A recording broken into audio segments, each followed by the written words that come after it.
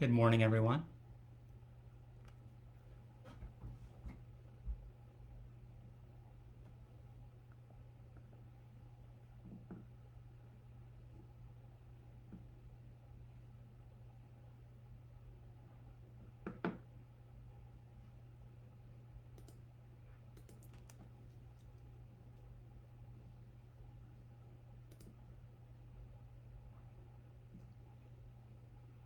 It'll just be a few moments and then we'll get started.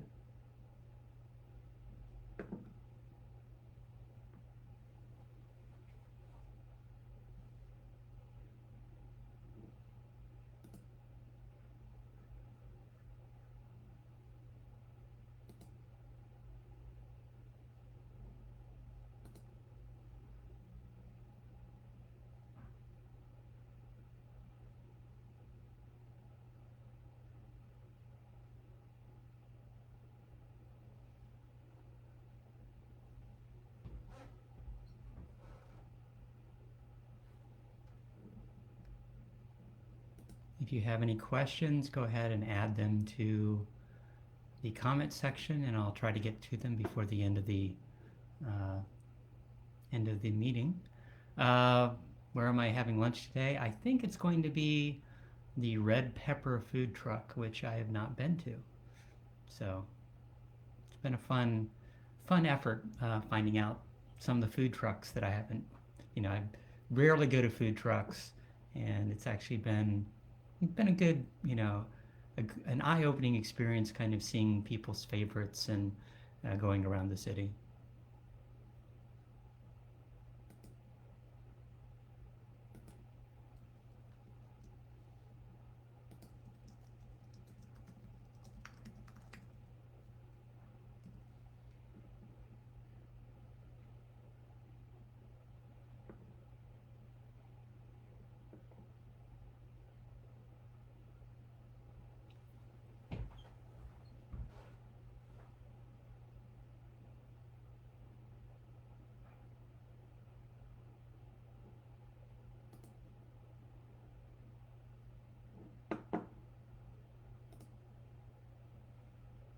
Okay, let's go ahead and get started. Welcome. Good morning. I'm Sunnyvale Mayor Larry Klein. Happy July. Welcome to the 16th installation of my weekly office hours in virtual format. People continue to say they appreciate these weekly live stream addresses. And I'll continue them during the shelter in place and even longer. I think it's been a great way to give you some general updates on what's been happening at the city, county, state level, answer some of your questions, and also just provide some words of encouragement during these difficult times. Thank you for allowing me to continue to represent you and work for Sunnyvale during these extraordinary times. I hope everyone's doing well. I hope everyone's healthy. Please remember to take time to take care of yourself, both physically and mentally. Summer's here.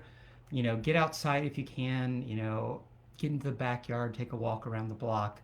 I know a lot of people are going on hikes and thinking about going to the beaches, although a lot of the beaches are closed this weekend. But try to find a way to forget about the craziness that is the world right now if you can. So keep following the county health orders, and we'll talk about the update to the county health order that came out yesterday. Remember, you can do your part to stop the spread of the virus by washing your hands, don't touch your face, maintain safe social distance, only go out for essential items, and reduce the number of people that you come in contact with as much as possible. And of course, as always, remember to wear your face masks. It helps, and it is mandatory from a state standpoint for about 2 weeks now. And so, that's the important thing. As I've said before, if you need a face covering, please contact me. I have, friends, organizations that are sewing face masks, and I think making sure that people have a reusable one is critical, so that when they come home for whatever they went out for, washing your hands, washing your mask, hanging it up to dry is much better than using a reusable mask, or sorry, a disposable mask that I keep seeing, when I'm out for my morning run. So we're not out of the woods yet, and we'll talk about numbers a little bit later. So you can conceivably be a carrier for the virus, be asymptomatic and not show symptoms. And so, everyone you meet, it's safe if everybody you come in contact with that's outside of your bubble, your family bubble, uh, is wearing a face mask. So definitely be safe. It's in everyone's best interest. So let's go ahead and get started. We're now 108 days after the March 16th public health order first went in place for shelter in place. And, it's really slowed down the spread of the COVID-19 virus. Since that declaration, the first declaration, a lot's happened. A lot continues to happen, on a daily basis, a weekly basis. I have, conference calls, press conferences to watch. I confer, I advocate on your behalf. It's been, a busy week as usual. So let's go ahead and move on to what's happened at the federal, the state, the county level, and the city level over the last week. So as you remember, about a week and a half ago, 2 weeks ago, Governor Newsom issued the order for wearing face masks in any indoor space. When you're getting healthcare services, when you're engaging in any work that you're coming in contact with people, when you're interacting with people at all, wearing a face mask is the best thing to do. And and there are a few exemptions to that. Children age 2 and under, persons with medical, mental health, or developmental disabilities that would prevent them from wearing face coverings. People that are hearing impaired, and I was happy to see Governor Newsom add that a few weeks ago, that seeing people's mouth and is important for communication. And so, from Governor Newsom has been fairly busy in the last week, and he had kind of slowed down his press conferences.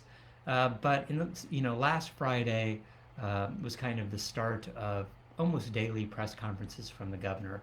But the governor reported, a 3.3% increase in coronavirus hospitalizations about a week ago, and the number of ICU patients climbed 4.4%.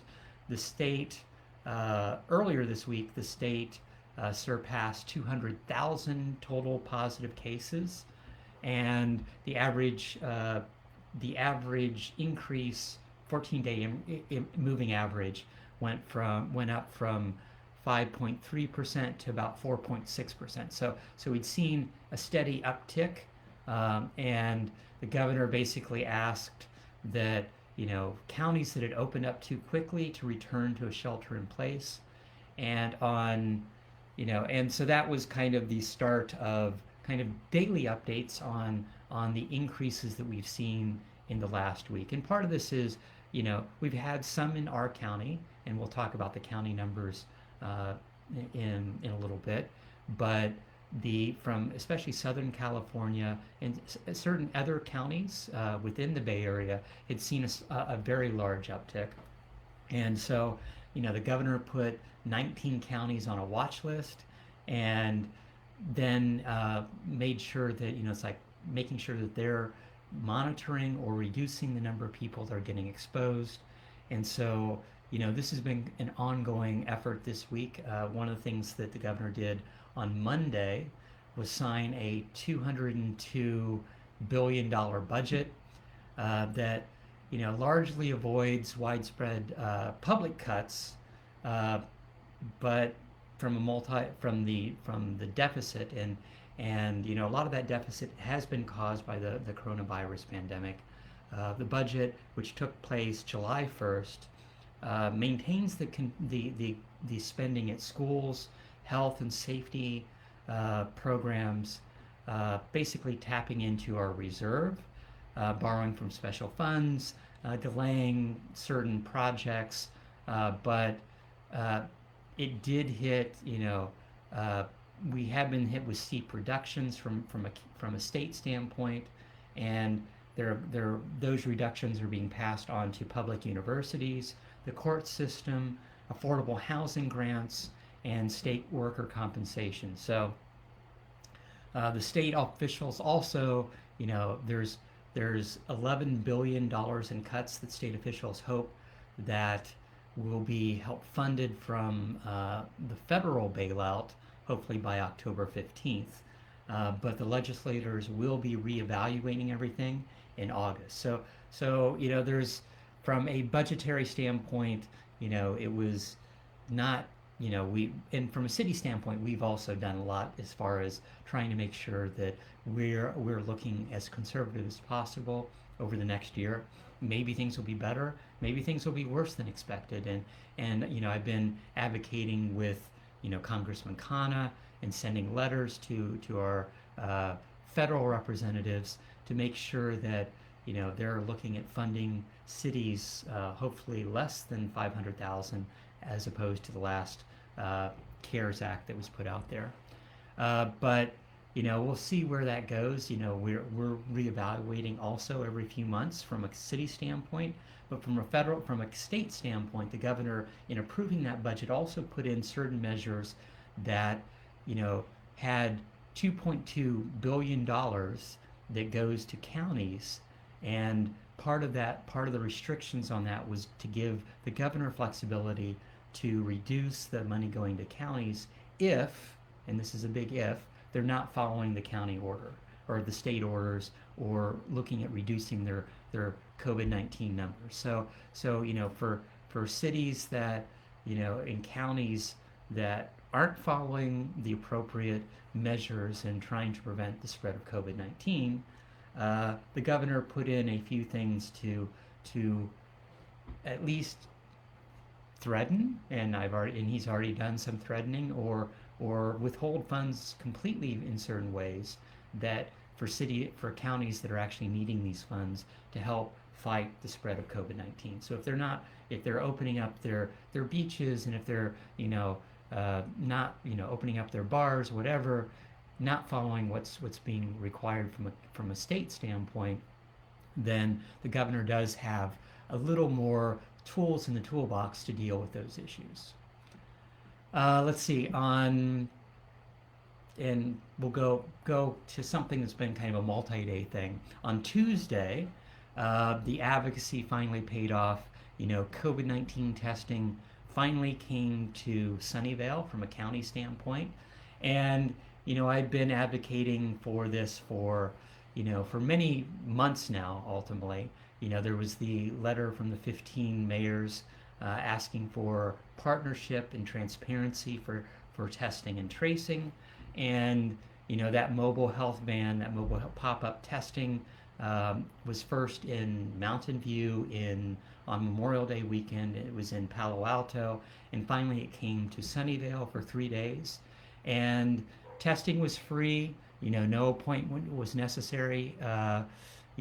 Tests were provided regardless of where someone lives. So we had people, and I'm still trying to get those numbers from outside of Sunnyvale.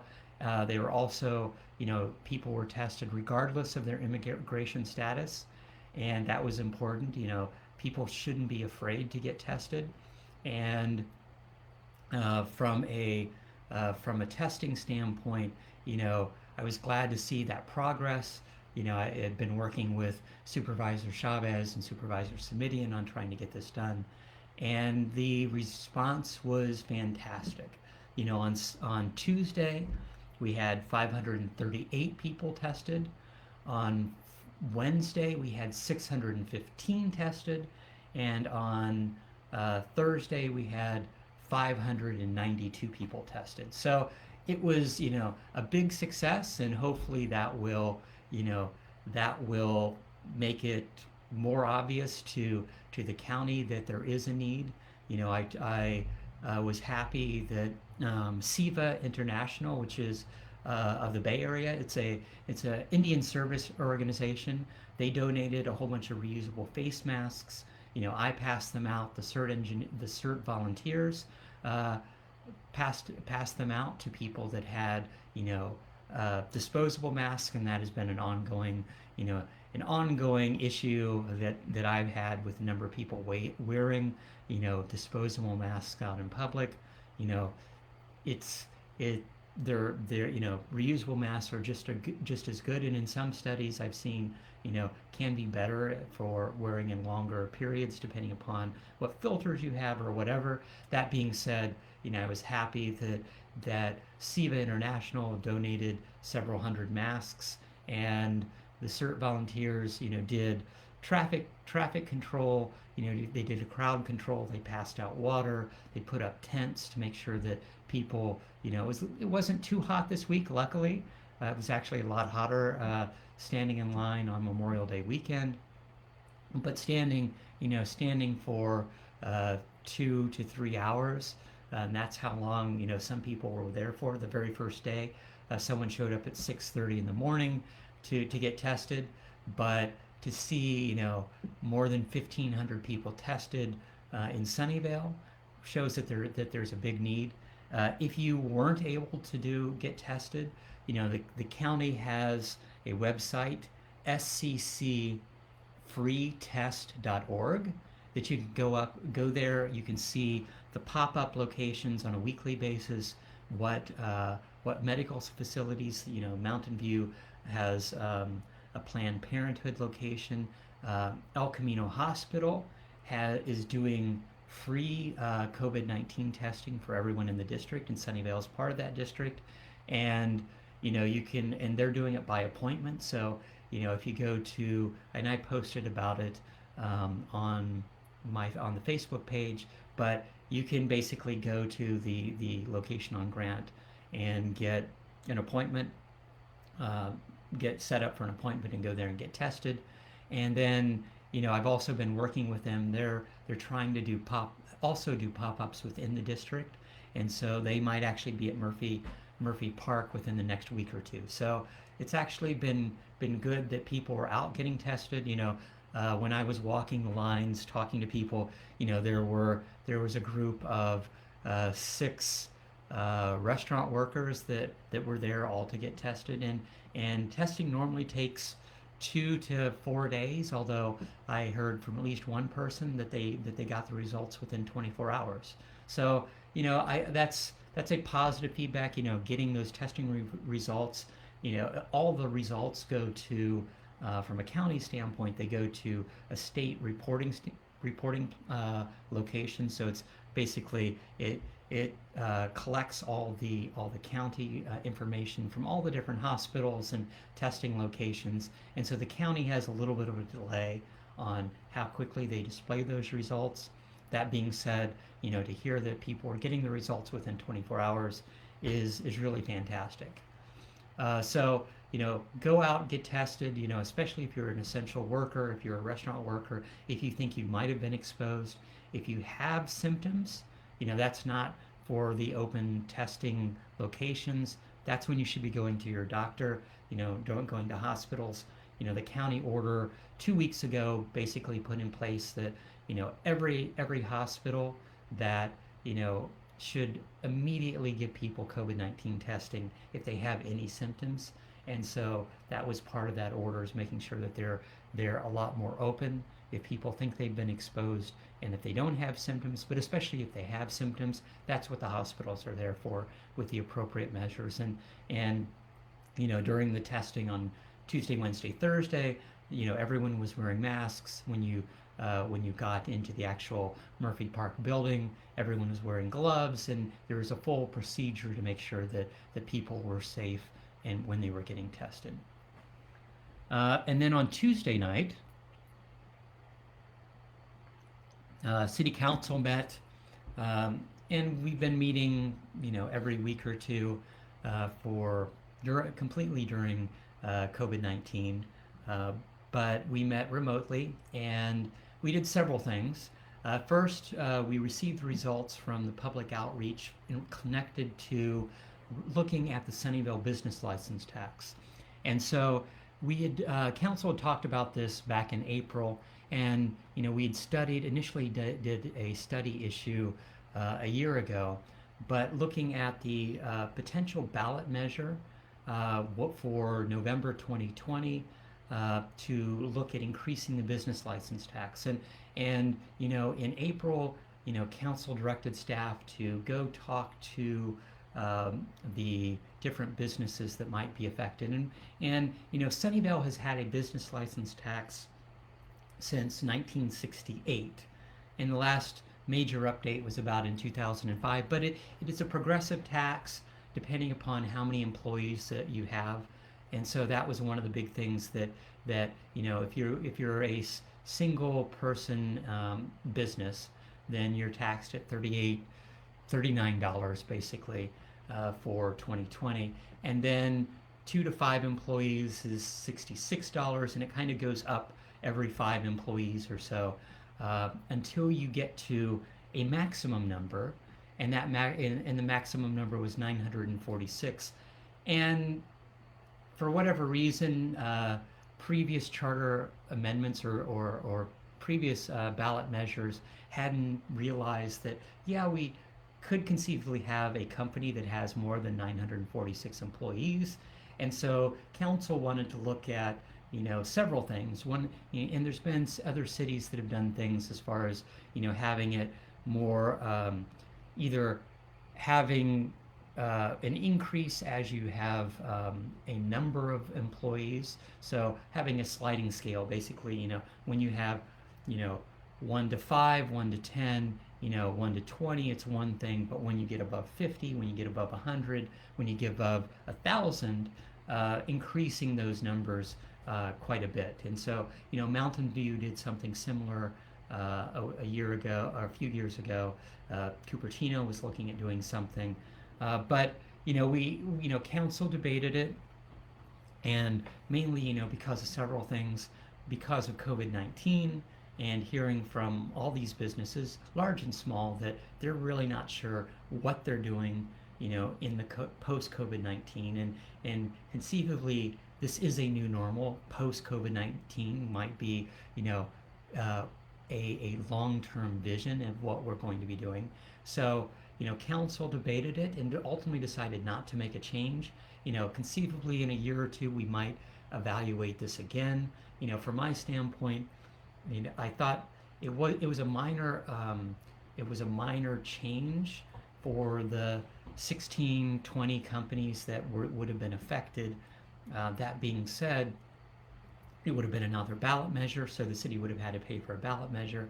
We would also, from a city standpoint, had to run a campaign to educate our residents on what's happening, and it's as we saw with getting Measure B passed in March, that was difficult, doing the appropriate outreach and educating residents, but especially in this year, doing any new taxes, and even trying to educate the business owners that this would only affect basically 20 of the largest businesses, would have been seen as there have been a lot of efforts from a city standpoint, from a staff standpoint, to educate everyone. So that was a big deal. And then from a polling standpoint, we didn't have full polling complete. And usually when we do these ballot measures, we have full numbers on what the residents feel, what the businesses feel. I appreciate that staff had done the outreach to the targeted businesses, but there are a lot of businesses that are also dependent upon the large businesses. And so if these companies decided that we don't want to expand in Sunnyvale, it would also affect our mid-size and small companies also. So from that standpoint, council decided not to make a change, and I thought that was the right thing to do. There are several tax measures that are being talked about for the November election, and polling has been mixed. I was happy to see that Caltrain was one of the ones that they're looking at doing a multi-county tax measure on, and that has actually been polling fairly positive. So people understand public transportation, especially Caltrain, would be a very positive thing, and making sure that, especially as it's electrified and it's so important to Sunnyvale, and cities up and down the peninsula, San Jose, Gilroy, all the way to San Francisco. It is a really big, important thing for people commuting to work. And I think it's one of the best public transportation models that we have. It's to this point, it's almost completely been fare box return. And so I think, making sure that it has a dedicated funding source will be good, and that has been polling very well. But I think we won't see as many tax measures on the ballot in November as we might have. And then the other thing the council did was we approved a temporary, and this is the important thing, temporary eastbound Tasman drive lane closure during COVID-19. And so what this will do is basically remove one of the south side, so the South Tasman, or sorry, on the south side of Tasman, remove the most south lane and put up a barrier. So put up temporary bollards along Tasman to create a temporary pathway. And so, council approved that budget modification. I brought this forward, and I pointed it out to staff when I was delivering mass to North Sunnyvale, and I was seeing, people walking in the street, or, one of the problems when the light rail was initially put in, and kind of the street was reconfigured, that neighborhood decided that they didn't want to take out all the trees. So there's a certain portion of Tasman that has sidewalk, but there's a lot of ivy, there's a lot of green, but ultimately there's not sidewalks all the way from Lawrence Expressway to Fair Oaks. And so that's some of the issues that during COVID-19, people trying to get to grocery, the grocery at Fair Oaks and Tasman, if they were walking, they actually had to walk in the street because there weren't, there wasn't a sidewalk, and so, or they were walking in ivy, and there's certain ivy there. But part of this was to make, so close down a portion of that street, one lane on the south side, and also, create a ramp to make sure that it's ADA accessible, and it took a while for staff to do the full evaluation, and then bringing it forward to council was important. And council all agreed that this was a good thing. I was actually surprised to see so many of those neighbors, and actually not surprised, because asking for that, and ultimately asking for long-term measures.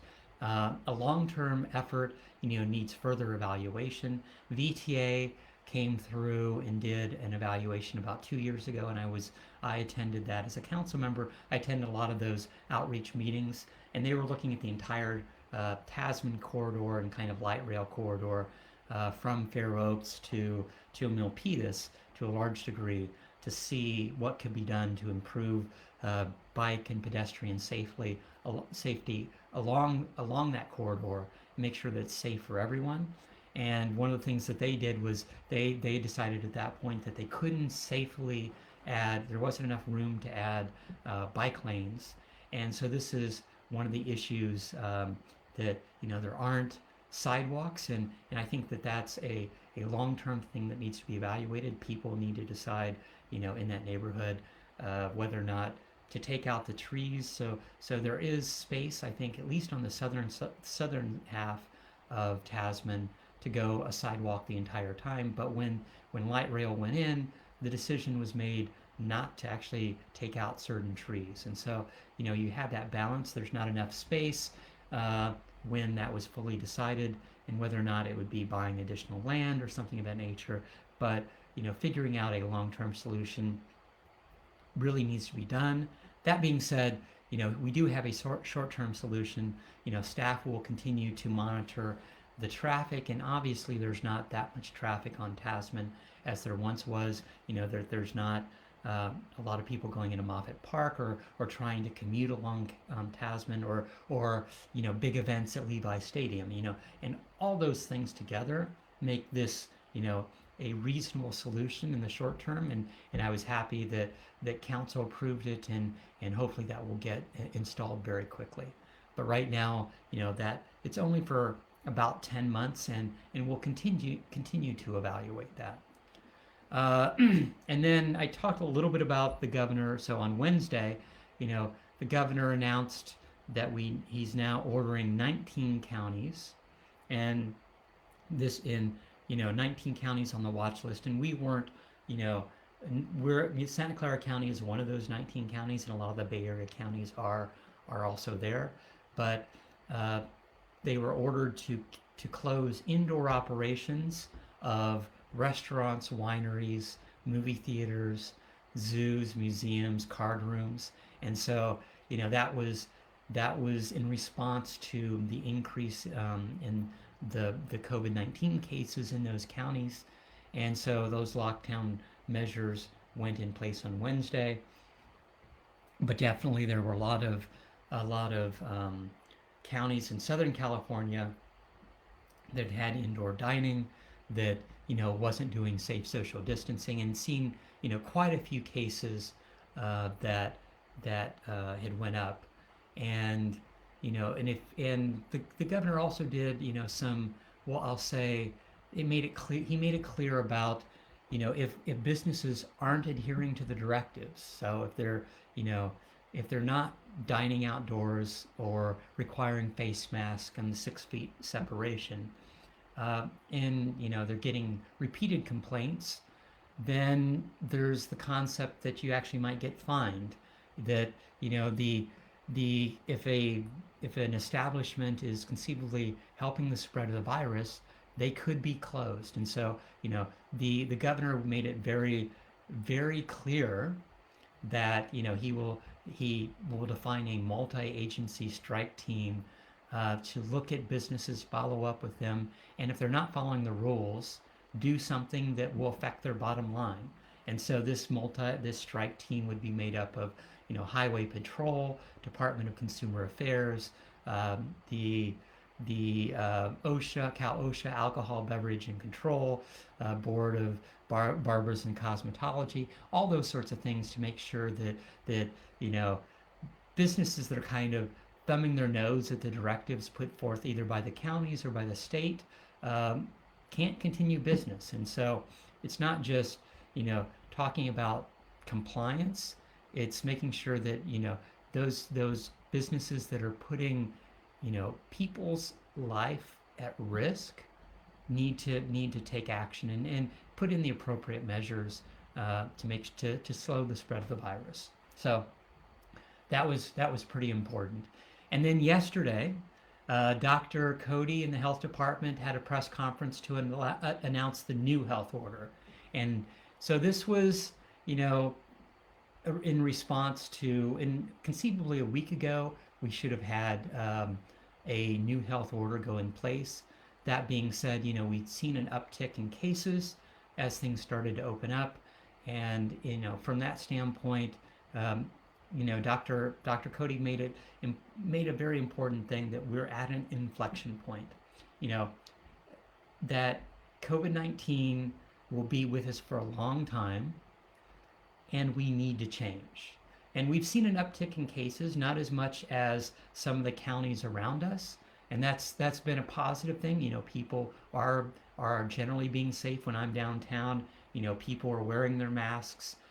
People are, when I'm out, I make sure I see that people are, if they're not wearing their mask when they're out for a walk, I often see them have one, around their neck or in their hand, just in case they actually deal with people and have to come, closer than the 6 feet.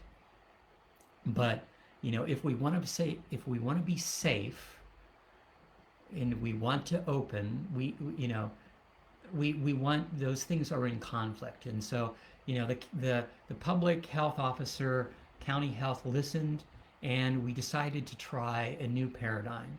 And so we'll see how this goes. The new order it's kind of an end of the phase reopening, matching what the state is being done. It's it's kind of a new concept, and we'll see how that new concept goes.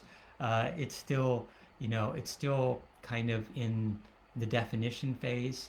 It's as opposed to a shelter-in-place order in a phase concept. It's we'll call it a risk reduction model. So you'll start hearing that term quite often, risk reduction, and the order potentially will go in place on Monday, July 13th, but that is pending the approval of from a state level. So we're still working through this.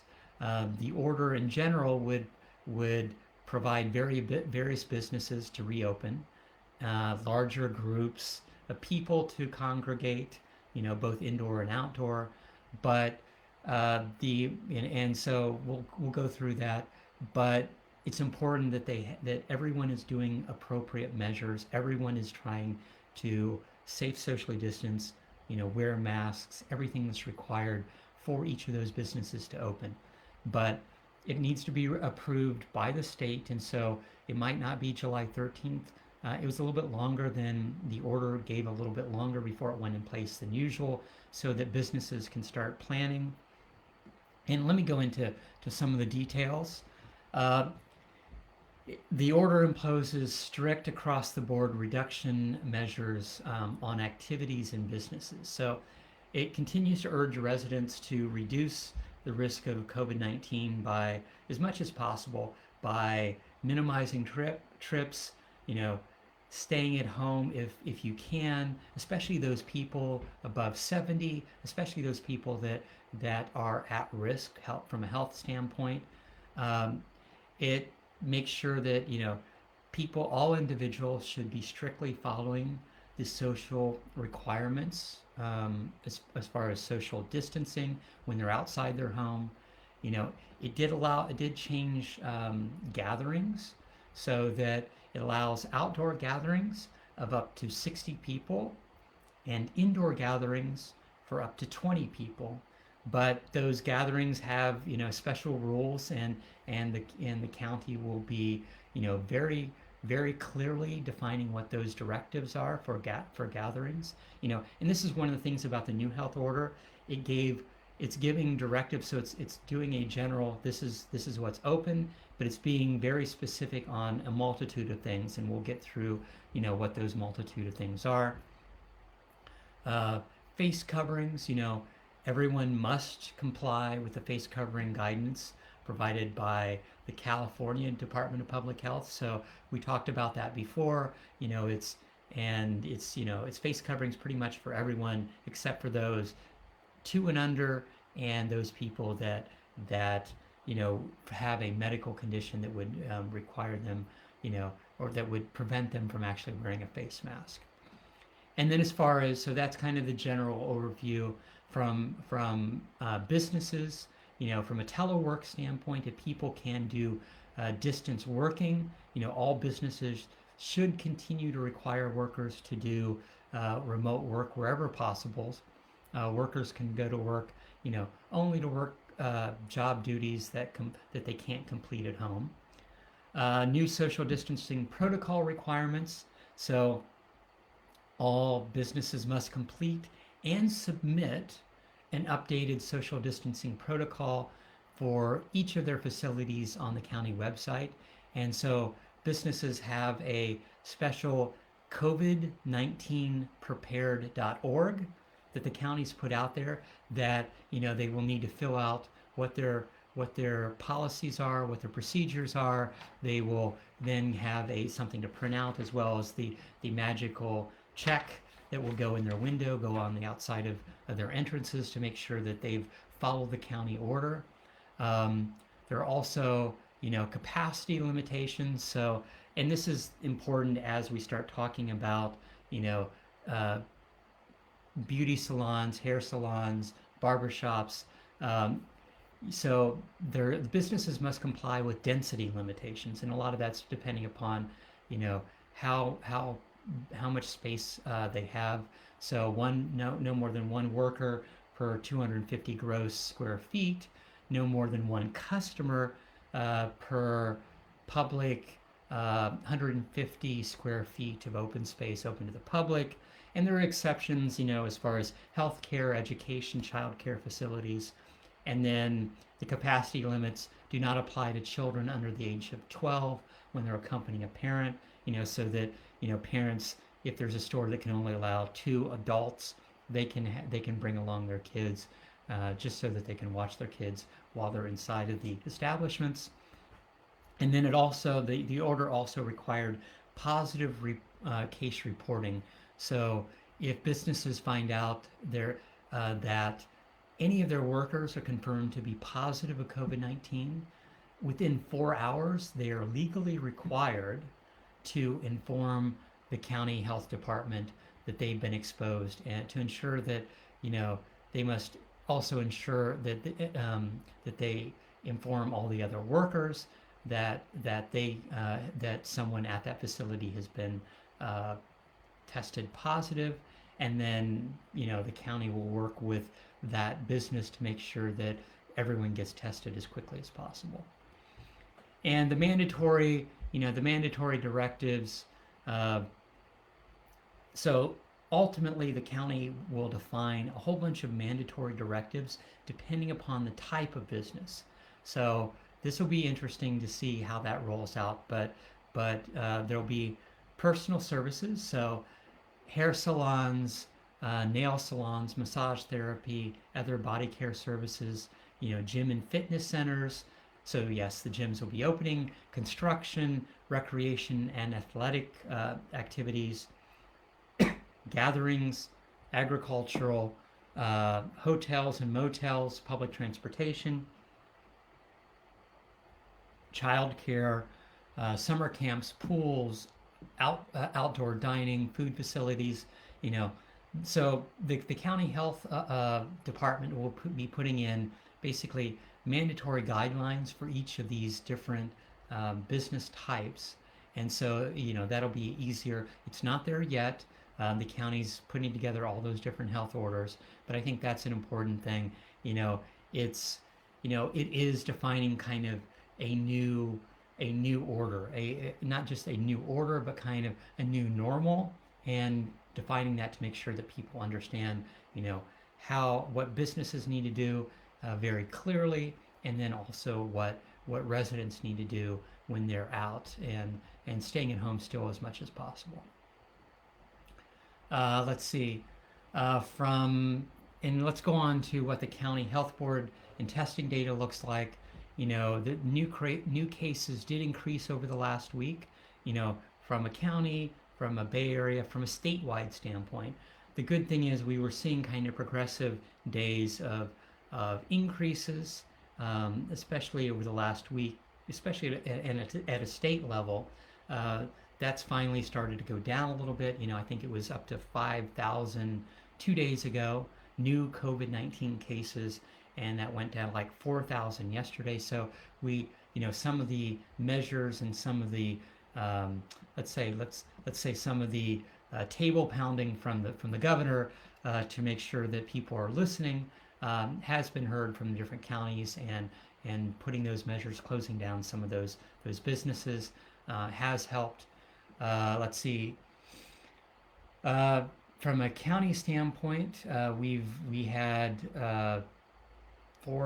yesterday we had a total of 4,750 cases within the county. That's up about 900 cases from a week ago. And we've had, from San Jose standpoint, we've had 3,000. So for just San Jose, we've had 3,089 cases, up 544 cases from a week ago. From just Sunnyvale, we've had 246 cases, up 44 cases from a week ago. So we've, pretty much countywide, citywide, we've had kind of almost a doubling over the last week of the number of cases. So hopefully, people will, start being more safe. Hopefully, and the number of testing just here in Sunnyvale, but around the county keeps increasing, and some of that is reflected in that. But it's also, people out and getting exposed, people not seeing that there's a risk and opening up that bubble of people that they're coming in contact with and getting exposed to people. You hear stories, especially some of the stories in like Southern California, that are really heart wrenching. And it's important that, from a county standpoint, hospitalizations increased. That being said, it's went from very low to low. Hospital availability in the county still looks good, and so, please, please be safe. Try wear your mask, do safe social distancing. This is the July 4th weekend. A lot of people, had planned to do parties, and from a Bay Area standpoint, a lot of the beaches ended up being closed. Even some of the parks some of the areas, the parks decided to be closed. Uh, be safe when you're out, and if you're going to the park for a picnic, maintain safe social distance as much as possible. This is a long road, and it's not easy, and trying to prevent that spread of coronavirus is critical for everyone. And so please, do your part wherever you can. I've been, advocating for testing, and advocating for, what we can do for tracing, and it's not helpful if people aren't following the county health order at the end of the day. Okay, so let's go ahead and get to weekly questions. Several people have asked yet again, are fireworks illegal? What can be done? Yes, fireworks are legal in Sunnyvale, and I keep hearing, around the city about complaints from people that are, hearing fireworks, whose animals are afraid in this time of year. There are more lost pets than ever because their pets are afraid of fireworks going off, and it's important that people report fireworks if you hear them, if you have an idea of where they might be. Don't call 911. 911 is for life-threatening emergencies. Call the Sunnyvale DPS non-emergency number, 408-730-7180, and inform them if you have an idea of where you hear it. And depending upon how busy they'll send out somebody to investigate, and hopefully we can prevent some people from doing this. It is that time of the year. Almost all of the fireworks displays that are normally going have been canceled. So Create America's not doing one, Shoreline's not doing one, or the Shoreline Amphitheater's not doing one. Cupertino, a lot of cities that normally do fireworks, they're not doing them this year, and it's safety. It's fire season. It's people that are afraid of them, and animals that are afraid. So hopefully, if you have fireworks, please destroy them. Water them down, discard them. It's not the time for that if you can help it. One of the questions I got from a lot of people, for the last few weeks is, when will the Fremont pool reopen? So, after 18 years, California Sports Center, which runs the Sunnyvale Swim Complex at Fremont High School, decided that they wanted to terminate their contract. They were not sure how to open up during COVID-19 and some of the county health orders. And so, and that's been a partnership between the city, Fremont High School, and California Sports Center for many years. And so I want to thank them for that. But the city, evaluated how to make sure that they could provide at least lap pool swimming in the upcoming summer. And so the short-term plan has now been announced. They will provide morning, so 7 a.m. to 10 a.m., and early evening, 5 p.m. to 8 p.m. Lap pool reservations starting starting July 13th. So Monday, July 13th, the same day the new health order goes in place. And so appointment scheduling will go live Wednesday, July 8th. And you'll just go to the Sunnyvale website, sunnyvale.ca.gov, to find out about that. But you'll then be able to book an appointment and purchase a swim pass. And so it's basically you reserve a lap pool lane for 45 minutes of an hour, and except it's for one person or two people from the same household, and then swimming lane appointments will be $12 per person. And so that will allow people to at least start using the pool, and we'll look at what other measures can go in place. But that's an important thing, as the COVID-19 protocol changes, and staffing availability allows it, we'll consider doing, more hours, and also what kind of feedback we get from our residents and those people that have been wanting to use the pool. So if you want to stay informed about, how the pool is changing, there's a new, so Sunnyvale has basically a mailing list subscription for a lot of different things, a lot of different measures. And one of those is the swim complex operations. So if you go to sunnyvale.ca.gov/about/subscribe.htm, you can then sign up for that mailing list, and I'll put that into the chat window. But or contact recreation@sunnyvale.ca.gov with questions, so that people can get updated on how the swim complex is opening. Other questions I've got are, will the farmers market be open this weekend? And no, Sunnyvale, and I think the majority of the Saturday's farmers markets, because it is July 4th, will be closed tomorrow. That being said, on Sunday, markets will be open. So the market in Mountain View will be open. The one on California Avenue, which is also run by the market here that runs our Sunnyvale market, by the same organization that runs our Sunnyvale market, will open up on California Avenue.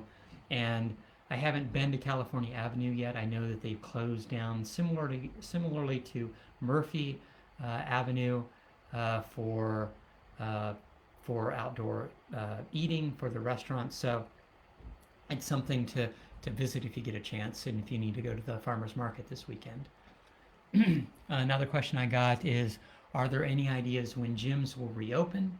Well, fingers crossed it will be, July 13th, depending upon whether or not that order gets approved from a state standpoint. And that also gives businesses, a week and a half or so to evaluate what measures they need to put in place in order to make sure that they're fully following what they need to do from a procedure and protocol standpoint to make sure that people are safe. And so that will apply to Pilates studios, yoga studios. I've had a lot of questions from people that have been asking, these classes that happen in these studios, cycle studios, are safe socially distanced. We can do that. Why can't we open up? And finally, I think the county health has figured out a way forward, and it should be approved, and hopefully the state will approve those new mandatory measures. Let's see, another question I got is what's happening on the Fair Oaks Bridge. So finally, there's a Fair Oaks Bridge rehabilitation project, and that construction has started in earnest over the last few weeks. Since 2012, Sunnyvale has been working, and it's been a long time, working with Caltrans on rehabilitating that bridge. And that's the one that's located between basically Kiefer Road and Evelyn, and it goes over the Caltrain tracks. So there are a lot of different agencies that need to sign off on whatever needed to be done there. And you'll see that Hendy has been closed, So because there's construction above, Fair Oaks Bridge itself has been reduced to one lane in either direction, depending upon what's going on from a construction standpoint. But it will add a pedestrian pathway across the bridge. It'll increase the safety as far as the bike lanes. So the bike lanes will not just be the very edge, but it'll be a safe distance as far as bike lanes. It's still, we evaluated whether or not it would could be protected bike lanes, but then the car lanes weren't enough space for having car lanes, and the wider bike lane is required for the bollards to be in place. But if you want to find out more, you can go to fairoaksbridge.com, and then you can see the full information about kind of what the design is for the bridge and what was the full study that was actually being done. How can I help people making masks? And this has come from several people who said that they can't sew, or if you have, or can sew, but don't have all the materials, all the plastic, and all the rubber bands. Currently, there's an effort going underway for the next 2 weeks to collect fabric. So if you are a crafter and you have your fabric stash, they're gathering fabric to create masks for mask making by several community organizations, including Adianda Latinos a Soñar, basically helping Latinos dream. But it's other organizations making masks for farm workers, laborers, people that are unhoused, and kind of a grassroots community. And so there are multiple locations around Sunnyvale, Mountain View, Palo Alto, Los Altos, and I'll post that link later so that people can see where they can donate fabric if they need it. Fabrics should be dense. When you hold them up to the light, you can't see through them. They shouldn't be decorator fabrics for like curtains or upholstery, and it's because those are Scotch guarded for flame retardants. But there are multiple drop-off locations. Thank you for donating. This surplus can help somebody create a mask, and please help share this event, and when I put it up on the link. How will the city raise revenue given economy and decisions not to raise business license fees on large companies? So this is one of the things. This was the debate that we had amongst council. It's not an easy thing from a revenue standpoint. These companies will still be in one of the things that we did in 2005 is make sure that these numbers, this business license tax does keep going up based upon CPI. So it does keep increasing revenues. And one of the best things that we can do is make sure that we support our businesses and attract more businesses into Sunnyvale, so that we do get those sales taxes, we do get those business license taxes within the city. And we're looking at other things, but lots of things from revenue sources. But that being said, we did increase TOT a few years ago. Hotels and motels are very hard hit, and one of the things that nobody's traveling, and so we're trying to make sure that they're doing okay. But it's a very difficult time for a lot of businesses. Let's see, and I see good morning from our sister city. So welcome to Iska, Japan. I was hoping to travel there this year, and so Sunnyvale has one sister city. We had several friendship cities, and we're looking at creating more friendship cities. But during the COVID-19 scare, and all the lockdown measures and all the reduction in travel, from that standpoint, travel has been reduced quite a bit. And from our standpoint, I was hoping to travel to Japan in the spring, and that hasn't been the case. Hopefully sometime soon things will open up, and travel will be will be available again. But hello to Iska Japan, and let's see. It's after 10. I think it's I've answered a lot of questions. If you have other questions, definitely put them in the chat, email them to me. I'm always available, to answer your questions. And this is one of the good things about this on a weekly basis. It allows me to figure out what's on people's minds, what you care about, what ideas you have. Definitely feel free to always reach out. Uh, Thanks again for joining me this week. Tomorrow is July 4th. Happy Independence Day. Happy early Independence Day, of course. So please be safe. Have a fireworks-free holiday, except for maybe what you might see, on TV. As always, I'm proud of Sunnyvale's response during this pandemic. Help your neighbors. Make or share masks, share homemade baked goods, or plant seedlings. Help continue to build our community, especially during these difficult times. I'm proud to see Sunnyvale's response and Sunnyvale neighbors pulling together, to help their neighbors, to help strangers. If you're out on a walk, wave, say hello to a stranger, of course, from a safe social distance. People miss that social interaction, and please be safe this weekend. Sunnyvale will emerge from this as a stronger community. We're in this together. We'll get through this together. And I commend everyone for everything that they're doing. Stay safe. Have a great week, and I'll talk to you next week. Thank you. Take care.